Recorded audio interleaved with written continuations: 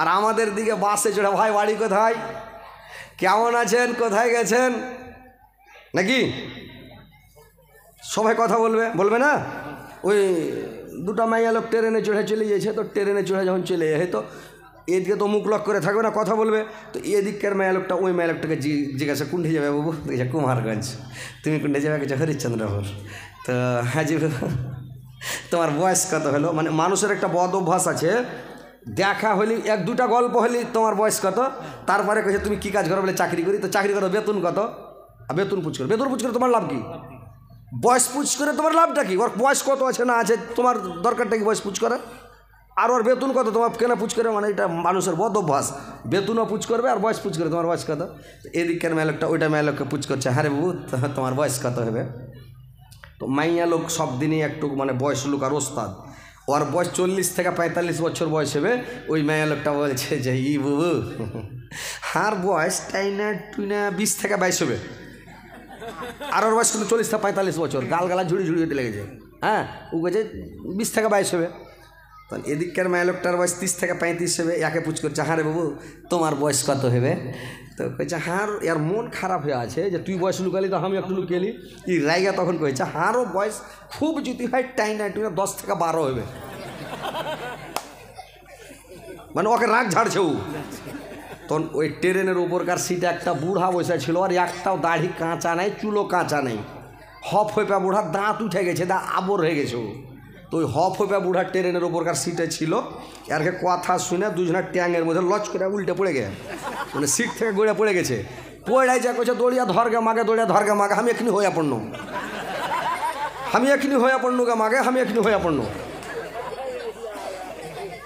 তখন মাইয়া লোক দুটো চল দিয়ে গেছে, তো কইছে দৌড়িয়া ধর না গে মাগে, হার বয়স একবারে 0, এখন থেকে 1-2 মিনিট করে শুরু হবে। তো ওর কথা হিসেবে ঠিক হয়েছে না, হয়নি কেন তো? হ্যাঁ, তো ওইরকম মাইয়া লোক হলো বয়স লোক আর ওস্তাদ। দায়ার নানা জান সরওয়ার মদিনা, প্রাণ ভরে দেখানো গো আর যা দেখা হবে না, ও গো দয়ার নানা জান। তোমার হুসেন চলে গিয়েছে একা ভালো লাগে না, ও গো দয়ার নানা জান। এবার আব্দুল্লাহ যখন বকরি ছাগল দুম্বা ভেড়া চড়াতে যায়, গোটা গ্রামের মহিলারা অবিবাহিত মেয়েরা করি কে গেডার কাছে ড্যাডির কাছে দাঁড়িয়ে যায়, গলতে গলতে দাঁড়িয়ে যায়, আর দেখে থাকে আব্দুল্লাহর চেহারা দেখে, বলে ও বলে আমি বিয়ে করবো, বলে আমি বিয়ে করবো, বলে আমাকে করবে কিনা। এইবার ওরা একটা দল তৈরি করলো, যখন আব্দুল মুত্তালিব বিয়ে দিতে চাইল না, একটা কুমটি করে দল করে বলল চলো আব্দুল্লাহকে মেরে দিব, না থাকবে বাস না বাজবে বাঁশি, ওর ভাঙটা চুকিয়ে দিব, চলো। এর একবারে কালো টুপি, কালো নেকাপ লাগিয়ে, কালো পাঞ্জাবি, কালো পায়জামা লাগিয়ে, আর একবারে ঘোড়ায় চড়ে যা ঘেরে নিয়েছে মাঠের মধ্যে। এবার আব্দুল্লাহকে মারার জন্য যখন ঘেরে নিয়েছে, এবার মারবে। এরা দেখছে কি ওয়াহাব বিন জহরি খানিক দূরে বসে আছে। এরা বলল যে ওয়াহাব বিন জহরি যদি দেখে নাই তো একটা সমস্যা হবে, ঝামেলা হবে। এরা মারল না। আর একটা কিতাবের মধ্যে পাওয়া যাচ্ছে কি, যখন এরা মারার লেগে গেল, ওয়াহাব বিন জহরি দেখছে যে ওয়াহাব বিন জহরি দেখছে কি, যখন এরা যখন মারার জন্য গেল, চা খানটাকে ঢেকে দেন তো পোকা পোড়া বোঝ হয়ে যাবে। এবার ওয়াহাব বিন জহরি কি করেছে রে ভাই, এবার ওয়াহাব বিন জহরি কি কর, আপনারা হাসছেন কেন? যে পোকা উড়ছে, এত পোকা উড়ছে যে পোকা গালার গতরে মানুষের চামড়াই নেই। হ্যাঁ, এত উড়ছে, চোখে মুখে বসছে, বুঝতে পারছেন, মন খারাপ করে দিচ্ছে। আর চা ঢেলেছে, যদি একটু খাইতে 1 মিনিট দেরি হয় তো পোকা পড়ে যাবে, খাওয়া যাবে না। আর ওইলে বললাম ঢেকে দেন, তো আপনারা হেজা দিয়েছেন। এবার ভাই আমার দেন তো ঘোড়ার ডিম খেয়েলি।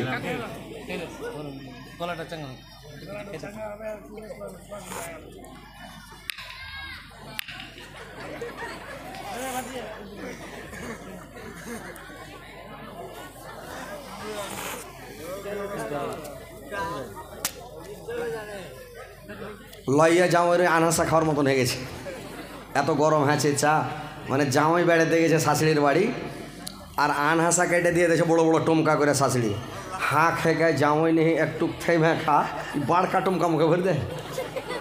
আর শাশুড়ি ছিল আগা দিকে খাড়ি, হ্যাঁ, আর করেছে কি আনহাসা গিল তো পারে না যে লাড়ি পুড়ে যাবে, আর মুখে করে থাকতে পারে না, জিভা পুড়ছে, আর ফেলতে পারে না বাহির করে যে শাশুড়ি আগা দিয়ে খাড়ি আছে, কইবে হাঁ খেকার বাচ্চা এটাও কতখানি মুখে ভরেছে, মানে শরমে পড়ে গেছে।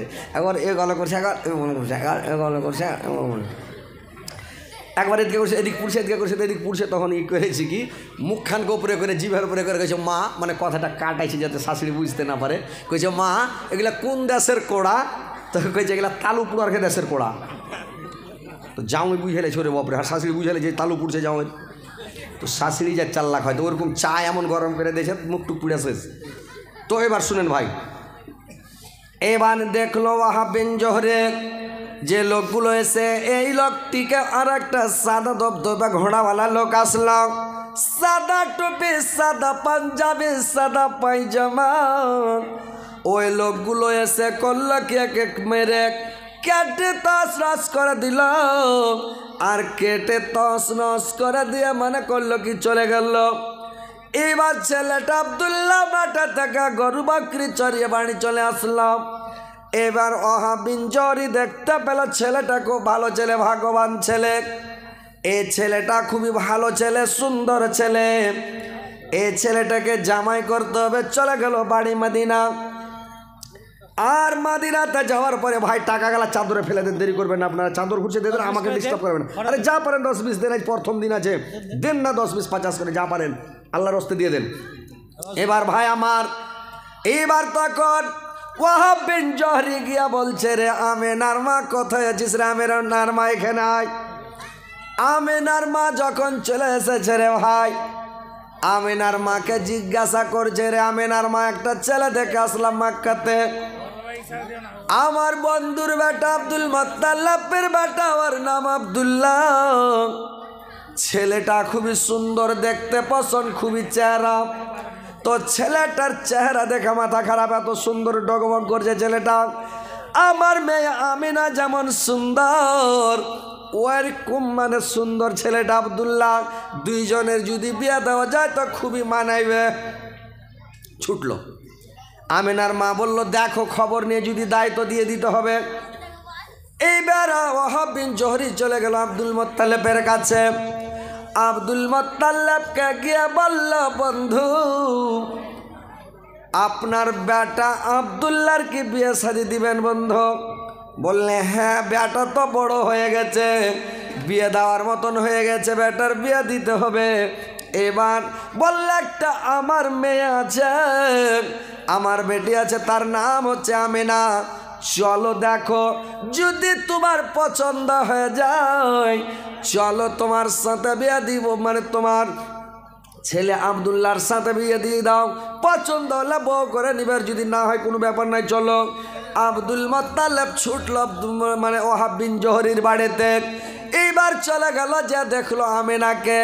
সুবহানাল্লাহ, মা আমিনার এত চেহারা, এত সুরাতগার, এত সুন্দর যে বলার শেষ নাই রে ভাই। এবার আব্দুল মুত্তালিব দেখে পছন্দ করে নিলাম, পছন্দ হয়ে গেল। বউ দেখে 1.5 তারিখ করে, একেবারে তারিখ করে চলে আসলো, অমুক দিন বিয়ে নিয়ে আসবো। এইবার অমুক তারিখে বিয়ে নিয়ে গেল আব্দুল্লাহর। আমিনার সাথে বিয়ে দিয়ে নিয়ে চলে আসলো। আমিনাকে বউ বানিয়ে নিল, আব্দুল্লাহর সাথে বিয়ে দিয়ে দিল। এবার বিয়ে দিয়ে যখন নিয়ে চলে আসলো, এইবার থাকতে থাকতে বেশ কিছুদিন থাকার পরে আব্দুল মুত্তালিব তার 11টা বেটাকে ডাক দিল, ডাক দিয়ে বলল, এরে বেটা হারেস, কোথায় আছো রে বাবা? এরে বেটা আবু তালেব, এরে বেটা আবু লাহাব, এরে বেটা আব্বাস, এরে বেটা মির হামজা, এরে বেটা কাসাব, এরে বেটা কাবা, এরে বেটা আব্দুল্লাহ, তোমরা কোথায় আছো বাবা? তাড়াতাড়ি আমার কাছে সরে ধন। এরা 11 ভাই যে জমা হয়ে গেল। বলেন আব্বা কেন ডাকলেন, কি খবর আব্বা বলুন?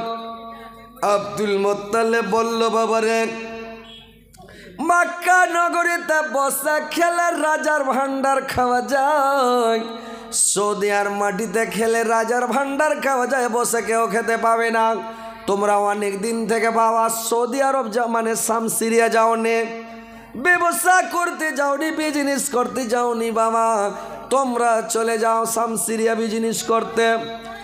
এক ভাই বলছে, আব্বা আমরা যদি শাম সিরিয়া যাই, আমরা 11 ভাই যাব, আমরা 10 ভাই কিন্তু যাব না, গেলে 11 ভাই যাব। আব্দুল মুত্তালিব বলল, কি বললি? 11 ভাই যাবে? কাউকে যেতে হবে না, চুপচাপ বস, সবাই বসে থাক, কাউকে যেতে হবে না। বলে কেন আব্বা? বলে যেতে হবে না। বলে কেন আব্বা, মাথা কেন গরম করছেন যে আব্বা? বললে 11 ভাই কেন যাবে? আব্দুল্লাহ হচ্ছে আমার ছোট বেটা, আমার কলজার টুকরা, আমার নয়নের পুতুল। আমার আব্দুল্লাহ জীবনে বিদেশ দেখেনি, পরদেশ যায়নি, কোনোদিন যায়নি, আর তোর আজকে নিয়ে যাবে আমার বেটাকে? বলে হ্যাঁ বানিয়ে যাবো। এতদিন আব্দুল্লাহ ছোট ছিল, এখন বিয়ে হয়েছে, একদিন একটাই পেট ছিল, আমরা খেটে কামিয়ে বিজনেস করে খেলালছি, এখন ওর সংসার হয়েছে, বিয়ে করেছে, 2টা পেট, এখন কেউ আর সংসার চালাবে? আমরা চালাবো? ওকে যেতে হবে। দেখেন ভাই, ভাইয়ের মতন দুশ্মন পৃথিবীতে কেউ নাই, আর ভাইয়ের মতন দোষও নাই পৃথিবীতে, বুঝতে পারছেন? ভাই হলো মালের দুশ্মন, জানের দোষ। ভাই যদি খাইতে না পায়, এক ভাই টাকা দিবে না, ওকে কিছু দিবে না, কিন্তু যদি কেউ মেরে দেয়, শুনেলে যার ভাইকে মেরেছে, ভাইয়ের খুন আর থামবে না, লাফিয়ে পড়ে যাবে একবারে। কে মারলে রে? চল, একবারে লাফিয়া মান যাই, গামছা হয় না, কবে চল তো দেখি রে কী হয়েছে, চল বারা। চলে গেল, এইবারে চলে গেল। এইবারে ভাই একটা মানে জানের দোষ, মালের দুশ্মন। এবার ভাই আমার আর এক ভাই বলছে, আব্বা আপনি মাথা গরম করিয়েন না, আপনার বেটা আব্দুল্লাহকে আমাদের সঙ্গে পাঠিয়ে দেন আব্বা, আমরা শাম সিরিয়া নিয়ে যাব, ব্যবসা বিজনেস করতে শিখাবো, ব্যবসা বিজনেস করতে শিখবে। আপনি যখন মরে যাবেন, হয়তো আমাদের ভাইয়ের মধ্যে একটা ভাঙন ধরে যাবে, তখন হয়তো আব্দুল্লাহকে কেউ সাথে নিয়ে যাবে না, তখন কি করে খাবে? ব্যবসা বিজনেস করতে জানবে না, তখন কি করে ওর সংসার চলবে? আপনি মাথা গরম করছেন, আমাদের সাথে পাঠিয়ে দেন। আব্দুল মুত্তালিব বলল, রে বেটা আমাদের একটা বংশে একটা অসুখ আছে রে ধন, আমাদের বংশের একটা পরম্পরা চলে আসছে বাবা, যার স্ত্রী গর্ভবতী আছে, স্ত্রীকে গর্ভবতী রেখে যারা সব সিরিয়ার দিকে যায় বাবা, ও সামদেশ থেকে কিন্তু ফিরে আসে না রে বেটা। আমার বৌমা আমিনা 2 মাসের গায়ে ভারী আছে রে বেটা, আমার বেটা আব্দুল্লাহকে নিয়ে যায় না, আমাদের এটা বংশের অশোক। আমার বাবা যখন আমাকে পেটে রেখে গিয়েছিল, সামদাসা গিয়া গাজ্জাজরা বুকসার আমার বাবা মারা গেছে। আমার দাদু যখন ওর মার পেটে ছিল, ওর বাবা শাম সিরিয়া গিয়ে আমাদের মানাফের বাবা মারা গিয়েছিল। আবদে মানাফের বাবা মারা গেছে, ওর বাবা যখন ওকে পেটে রেখে সামদেশ গিয়েছিল, ওইখানে ও মারা গেছে। একটা বংশের পরম্পরা চলে আসছে বাবা। আমার বৌমা আমিনা 2 মাসের গায়ে ভারী আছে, আমার আমিনাকে রেখে মানে আমার আমিনাকে রেখে আব্দুল্লাহকে নিয়ে যেও না বাবা, এরা মানবে না। আব্দুল মুত্তালিব বলল, বেটা রে তোমরা যখন মানবে না বাবা, ঠিক আছে, আমার আব্দুল্লাহকে যখন নিয়ে যাবে তো নিয়ে যাও, ঠিক আছে নিয়ে যাও বাবা, কিন্তু একটা কথা শুনে রে বেটা হারেস। বড় বেটাকে ডেকে বললে, রে বেটা হারেস, আব্দুল্লাহ হলো আমার কলেজার টুকরা, আমার ছোট বেটা।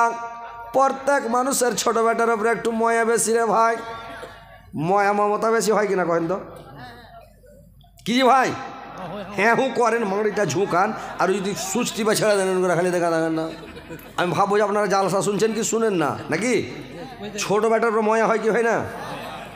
যে ছেলে কানে ও ছেলে দুধ পায়, যে কানে না ও দুধ পেবে, ওর মাকে ওই ঝেড় দিয়ে এলি। ছেলেটা তো কানে না, গা ধুয়ে এলি, গোসল করার পরে বলছে যেটি ভাতও খেয়ে এলি। ও ভাতও খেয়ে নিলে তখন কইছে একটু গা গড়তে একটু শুইতে এলি। শুইতে নেওয়ার পরে তখন কইছে এই করেছে এটি বেড়ে গেলাম বাইন হেলি 500। বেটা তো খেপার মতন পড়ে আছে, কানা কাটা কিছু করে না। আর যদি খালি চ্যাঁ চু প্যাঁ পুঁ করে তখন এটা আমার জিদ এলে ছেলে কী যে করবো, সব কাম ফেলে ওকে দুধ খিলেবে, যে কোনো কাজ হাতে থাকে কাজ ফেলে খিলেবে। তো যে ছেলে কানেও দুধ পায়, যে কোনো ছেলে যদি বাপের কাছে ঘুসুর মুসুর করে পাঞ্জরে থাকে, সবসময় আব্বা 10টা টাকা দাও গাঁজা কিনা খাওয়া, আব্বা 10টা টাকা দাও গাঁজা কিনা খাওয়া, সবসময় যদি টাকা চাই ওর টাকা বেশি দেবে। আর যে চাহে না ওকে দিবেও না, দিবে না। তো বাপের কাছে যে বসবে থাকবে ওর উপর ময়া বেশি হয়। তো ছোটো বেটার উপরে একটু ময়াটা বেশি হয় সবারই, প্রত্যেকেরই। আব্দুল মুত্তালিব বড় বেটা হারেসকে ডাকা বলল, রে বেটা হারেস, আব্দুল্লাহ আমার কলেজার টুকরা, আমার ছোট বেটা, জীবনে কোনোদিন বিদেশ যায়নি বাবা। তোমরা আমার আব্দুল্লাহকে যখন বিদেশে নিয়ে যাবে বাবা, ঠিক আছে নিয়ে যাও, কিন্তু একটা কথা রে বেটা, আমার ছেলে এসে যেন আমাকে কোনো কথা বলতে না পারে। আমার ছেলেকে তোমরা কোনো সময় ভুখা রাখিও না।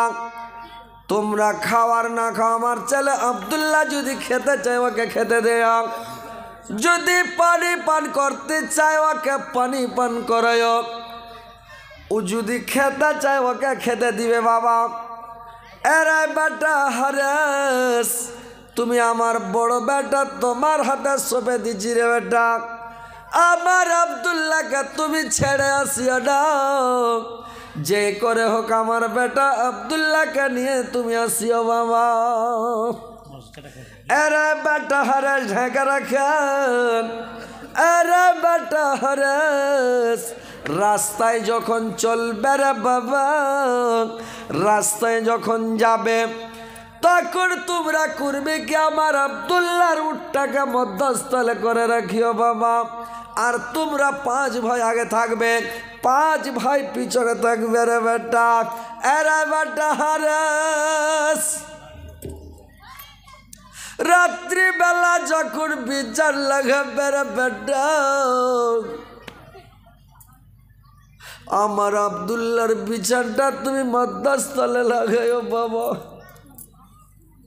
আমার ছোট ছেলে ডরভগ্নি ছেলে, জীবনে বিদেশ দেখেনি, বিদেশ যায়নি, বিদেশের মুখ দেখেনি রে বেটা, আমার আব্দুল্লাহর বিছানটা তুমি মধ্যস্থলে রাত্রিবেলা লাগাবে বেটা। আমার ছেলেকে নিয়ে যাবে রাস্তাতে, আমার ছেলে আব্দুল্লাহর উটটাকে মধ্যস্থলে রাখবে, মধ্যস্থলে করে নিয়ে যে আমার ছেলের কোনো ক্ষয়ক্ষতি অসুবিধা নয় বাবা। আমি তোমার হাতে সঁপে দিলাম, তোমার হাতে তুলে দিলাম রে বেটা। এবার ওর হাতে যখন সঁপে দিল, ওর হাতে যখন তুলে দিল রে ভাই, এইবার এরা 11 ভাই উটগুলোকে সাজিয়ে দিলাম। আর উটগুলোকে সাজিয়ে দিয়ে এইবার 11টা উটকে লাইন করে দিয়েছে ভাই, আর মালজাল সব রেডি করে দিয়েছে। আব্দুল্লাহর উটটাকে মধ্যস্থলে করেছে, 5 ভাই আগা দিকে, 5 ভাই পিছন দিকে, সবাই উঠে চড়ে বসে গেছে। এইবার আব্দুল্লাহ উঠে চড়তে গিয়ে উটের কাছ থেকে ঘুরে আসলো, ঘুরে এসে আব্বার হাত ধরে, আব্দুল মুত্তালিবের হাত ধরে কাঁদতে লেগেছে, আব্বা আপনি আমাকে বিদায় দেন জি আব্বা, আব্বা আমি চলে গেলাম, আপনি আমাকে বিদায় দেন আব্বা, আমি চলে গেলাম। বেটার কথা শুনে আব্দুল মুত্তালিব কাঁদতে লাগলো। আব্দুল মুত্তালিব কাঁদতে কাঁদতে বলল, বেটারা ঘরের মধ্যে আমার বৌমা আমিনা চকিতে বসে বসে কাঁদছে বাবা। আমার বৌমা আমিনাকে তুমি সন্তুষ্ট করেছ, খুশি করেছ, বিদায় নিয়েছ, আমার বৌমার কাছ থেকে বিদায় নিয়ে বেরিয়েছ বাবা। আলবানিয়া আব্দুল্লাহ চলে গেল ঘরে। দেখছে আমিনা বসে বসে বসে বসে কাঁদতেছে রে ভাই। আমিনার মাথায় হাত দিয়া বললেন, আমিনা তুমি আর কাঁদিও না রে আমিনা, আমি যদি জীবনে বাঁচি রে আমিনা, আবার আমি ফিরে আসবো, আমার জিন্দা মুখ তুমি দেখতে পাবে আমিনা। আর যদি আমি আর ফিরে না আসি রে আমিনা, তুমি আমাকে মাফ করে দাও, বিদায় দাও, খুশি করে আমাকে বিদায় দিয়ে দাও আমিনা। আমি চলে গেলাম রে আমিনা। আমিনা কাঁদতে কাঁদতে বিদায় দিল রে ভাই। আব্দুল্লাহ কাঁদতে কাঁদতে কাঁদতে কাঁদতে এসে ওটার ওপরে বসে গেল। এরা উঠা কাঁদতে লাগলো, চলে গেল, সব সিরিয়ার দিকে রওনা হয়ে গেল। আব্দুল মুত্তালিব দাঁড়িয়ে দেখে আমার বেটারা চলে গেল। মা আমিনা দাঁড়িয়ে আছে, দেখা আমার স্বামী চলে গেল।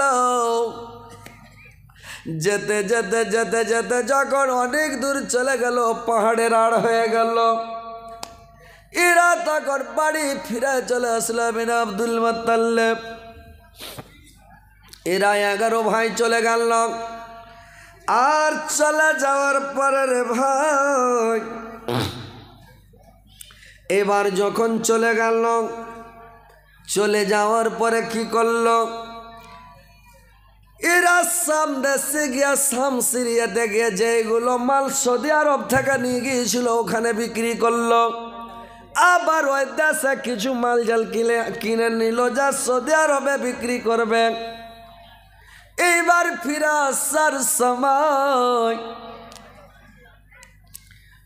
আসার সময় মদিনাতে যখন পৌঁছেছে ভাই, এইবার মদিনাতে পৌঁছার পরে রে ভাই, আব্দুল্লাহর বুকের ব্যথা শুরু হয়ে গেল, পেটের ব্যথা শুরু হয়ে গেল।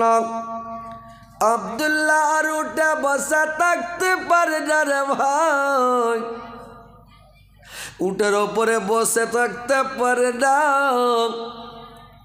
তার বড় ভাইকে ডাক দিয়া বলল, হারেসকে বলল, দাদা আমি আর উঠে বসে থাকতে পারি না জিস দাদা, আপনি দয়া করে উটটাকে দাঁড় করান দাদা, একদম দাঁড়ান। এইবার কল্লা কিরা ভাই, এবার হারে উটটাকে দাঁড় করালো। আব্দুল্লাহ উটটাকে নেমে গিয়া নিচে বসে গেল। আব্দুল্লাহ এবার করল কি, হারা শেষে বলল, কি আছে রে আব্দুল্লাহ? বললে, দাদা আমি ব্যথা সহ্য করতে পারি না, উঠে বসে থাকতে পারি না দাদা। বললে, রে আব্দুল্লাহ এক কাজ কর রে ভাই, চল আমার পিছনে বস, আমার উটের ওপরে বস, আমার পিছনে আমাকে ধরে বস, কিন্তু চল তোকে ছেড়ে যাব না। আমার বাবা বলে দিয়েছে যে যখন তুই আসবি বেটা আমার আব্দুল্লাহকে ছেড়ে আসবি না, যে করে যে সুরাতক আমার আব্দুল্লাহকে আমার বাড়ি নিয়ে আসবি। যার ছেলেকে কুমিরে খায় ওকে ঠিকই দেখলে ভয়, ও জানে যে আমার বৌমা আমিনা গর্ভবতী আছে, আমার বেটা তো জিন্দা হয়তো ঘুরবে না, আমার বংশের অসুখেটা মারা যাবে। বলল, বেটা তুমি ছেড়ে আসবে না, আমার বেটাকে নিয়ে আসবে। হারেস আব্দুল্লাহকে উঠিয়ে নিজের উঠা বসিয়ে নিল, পিছন দিকে বসে যেতে লাগলো। যেতে যেতে বেশ কিছু দূর যাওয়ার পরে মদিনাতে মাঠের মধ্যে আর আব্দুল্লাহ বসে থাকতে পারে না, ঘাড়ি মুড়ি ভেঙে দিয়েছে, চোখ মুখকে বড় বড় করে দিয়েছে, তড়কে দিয়েছে, গোড়াল ভাঙতে লেগেছে। আব্দুল্লাহকে উঠতে নামিয়ে দিল, একটা মোটা আইলের ওপরে শুয়ে গেল আব্দুল্লাহ। আর ওর ভাইকে বললে, দাদা আপনারা চলে যান, আমার জুতি ব্যথা সেরে যায় দাদা, তো আমি বাড়ি চলে আসব। আর যদি আমার ব্যথা না সেরে আমার আব্বাকে আব্দুল মুত্তালিবকে আর আমার আমিনাকে পাঠিয়ে দিবে দাদা, ওরা আসবে তখন ওদের সাথে আবার আমি চলে যাব দাদা।